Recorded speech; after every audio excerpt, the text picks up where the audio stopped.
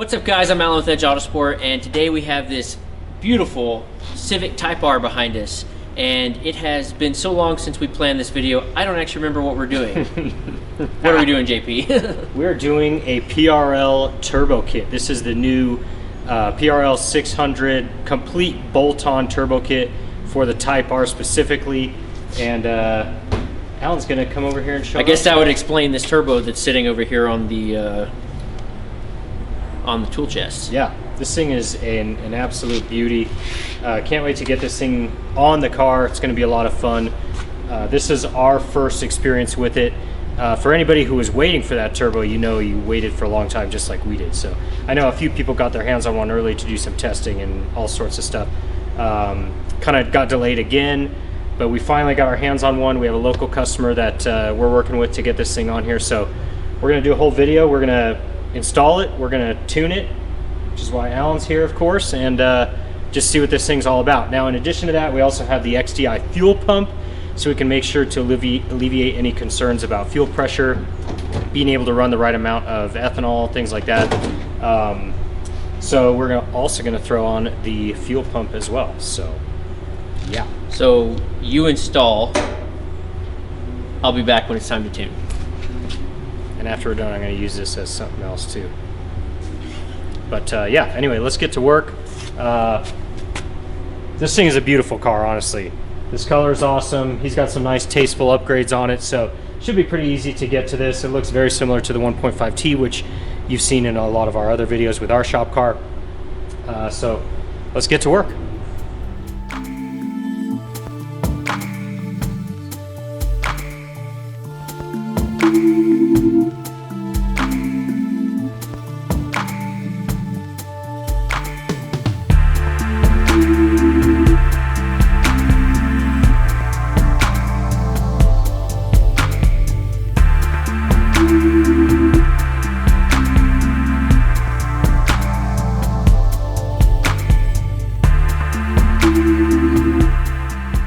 So before we get into the install, I actually wanted to just kind of give you a walkthrough of this turbo.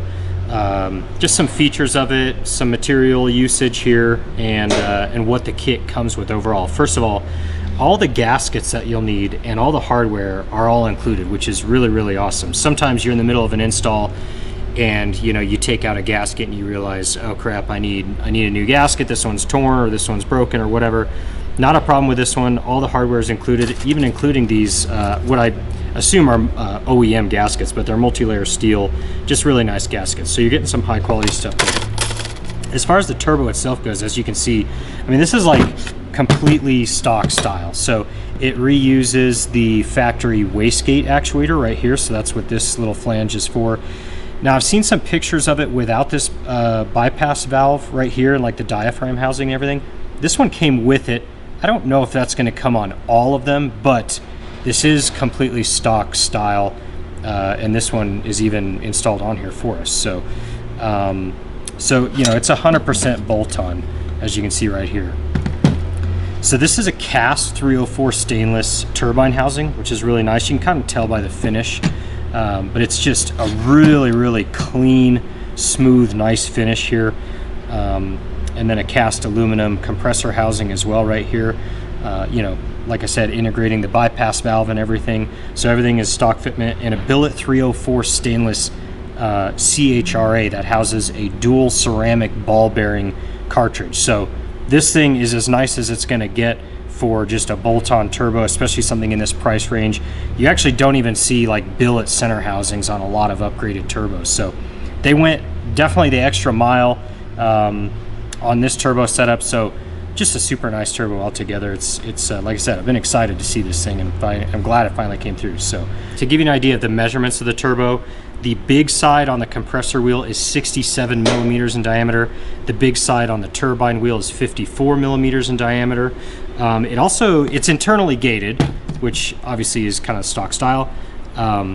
One nice thing about this thing is how big the wastegate is. You can tell that this thing is bigger than a lot of other internal gates that you'll see on some comparable turbos. So I don't think we'll have any boost control problems with this. And it is kind of, it's pretty fairly in line with the flow of the exhaust for being an internal gate. So this definitely looks like it was made to flow pretty good as well. So.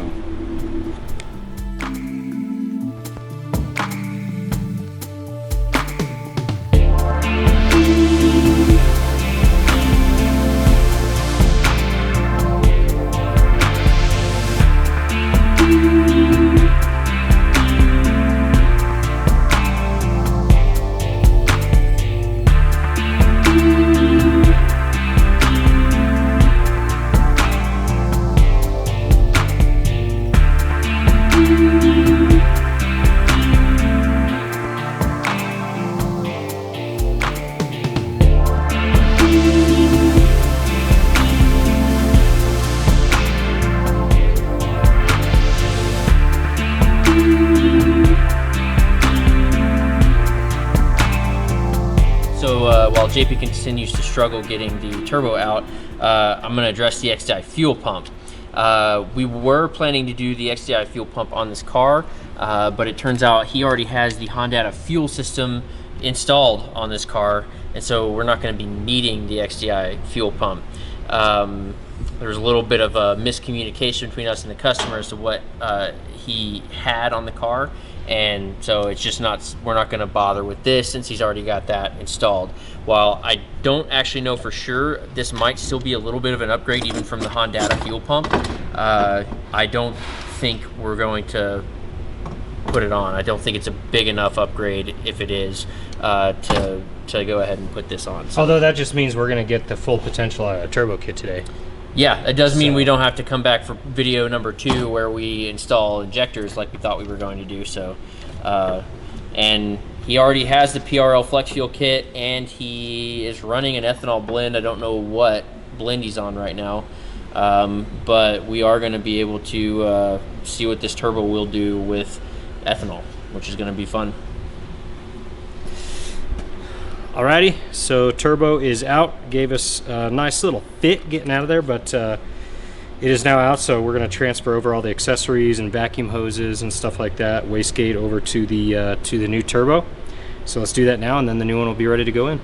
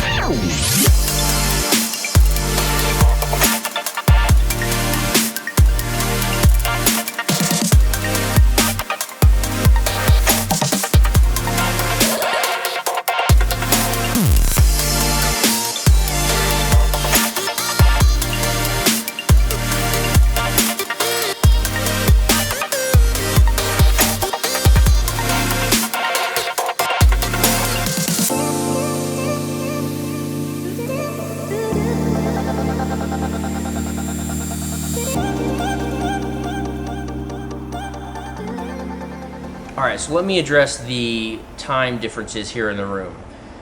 First of all, I'll start off by saying third time's the charm with this car. This is the third time it's been on the dyno since JP installed the turbo. We ran into a few issues, and it turns out that the low pressure fuel pump had gone out on it. This car does have the Hondata fuel system, and that low pressure pump had gone out. We were running lean, and fuel pump duty was through the roof, and ended up replacing it with a Deechworks 300 fuel pump in the tank, and all the problems are gone. So we're gonna now finally tune this car after, how many months has it been? I think it's been about maybe 2 or 3 months. So we're finally gonna tune it. Something that is a little bit different than whenever we installed the turbo is it does now have the PRL race MAF, which this thing is beautiful, and that's going to also help the turbo breathe quite a bit better. So this thing is set up well. Like, this turbo looks stock.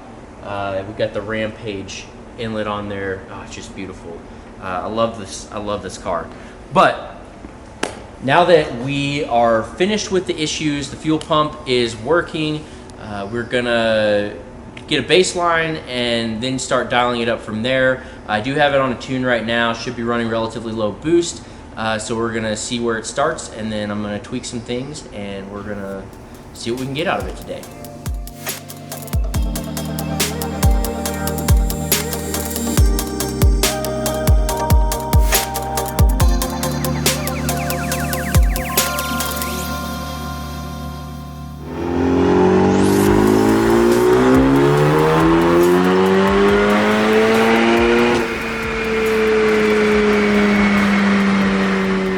Okay, so we just finished up the baseline pull and running about 22 to 23 pounds of boost, and we did 375 foot-pounds of torque and 379 horsepower. So that's pretty good. That's a fairly conservative boost. This is on 91 octane right now, so we definitely have room for more boost there. So I think what I want to do is see if we can't get a little more boost out of it and see where we end up there, and then we're going to blend it up. I don't know what the fuel system's going to take as far as ethanol content goes, but I'm hoping to end up somewhere in the 40 to 50 range. I think that should be fine, but I also I don't want to just max everything out either, so I want to leave room on the table for varying weather conditions and things like that. So we're not maxing out any fuel pump stuff. And I do believe in the future we might be bringing this car back for an XDI install, or at least some tuning with the XDI fuel pump and injectors. So keep an eye out for that. But for now, we are working with the Hondata fuel system with the DeechWorks 300 in the tank, and we're going to see what we can get out of that with this PRL turbo. So yeah, let's turn up the boost and make another pull.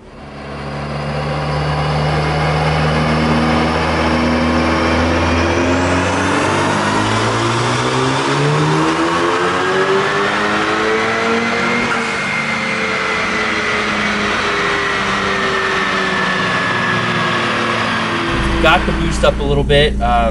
We're now running about well, the peak boost is 27, and it's tapering off to 24 up top, and we gained a significant amount of horsepower with that. We are now sitting at 412 foot-pounds of torque and 430 horsepower, and this thing that's rocking on 91 octane. So I think it's going to be time to put some ethanol in it and see if we can't get up to around E40, E50 blend and see what that gives us. And then depending on what our fuel pump duty is on this with the Hondata fuel system in place, we may see if we can get a little more boost up top. But again, I don't want to push it. This customer's wanting something conservative. He dailies the car. I don't want to just go too crazy. So I think we may leave boost where it's at when at the end of the day. But let's just see what the data looks like as we make some changes and go from there.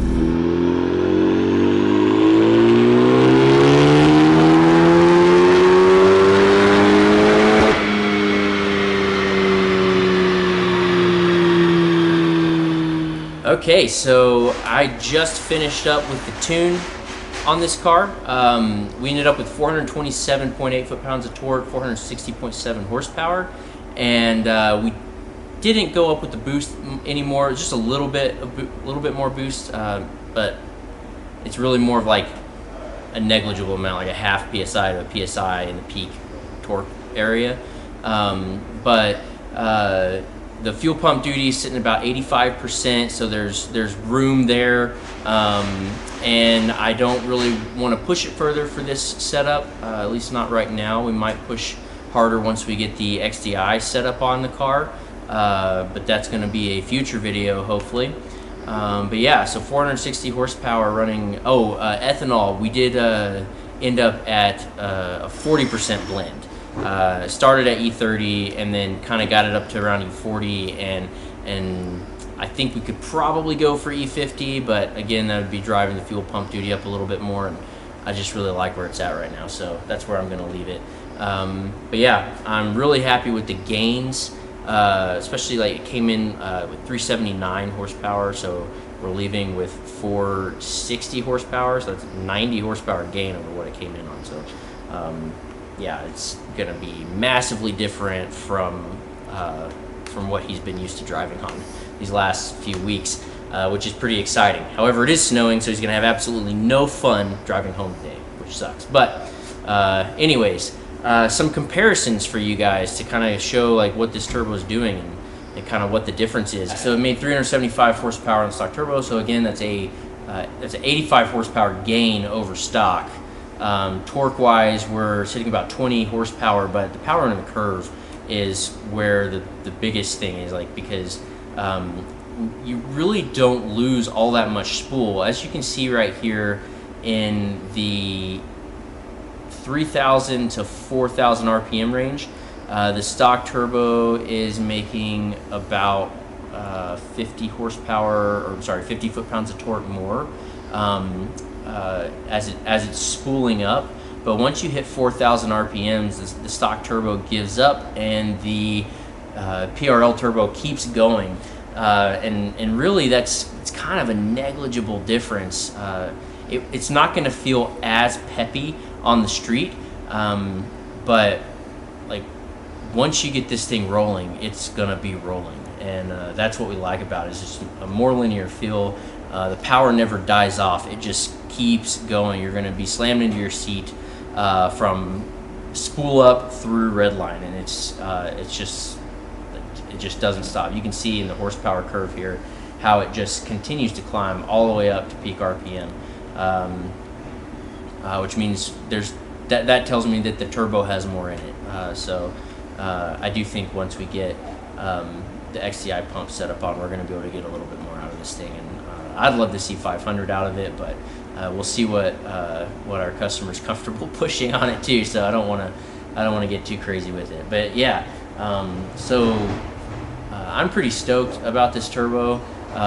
It really gets me excited about the FC3 project that we have, because we've got a PRL turbo that we want to be putting on that. It's the 2860, and I'm hoping that in the next few weeks here, JP will be able to start getting that turbo installed, and then we can get back on the FC3 and get some more Civic content out for you guys.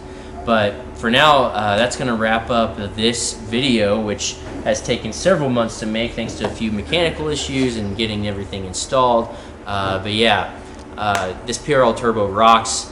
I absolutely love it, and paired with the Hondata fuel system, we've got plenty of room to make power. And if you want more out of this turbo, there's more. So if you upgrade your fuel system from there, like for XDI or something like that, there's still room for more power on this setup. So it's a great upgrade turbo option for you. You're not really giving up a whole lot in terms of spool. You're gaining a ton on the top end. But yeah, so that's going to wrap up this video. Hope you guys liked it. Be sure and subscribe to our channel, and I'll catch you next time.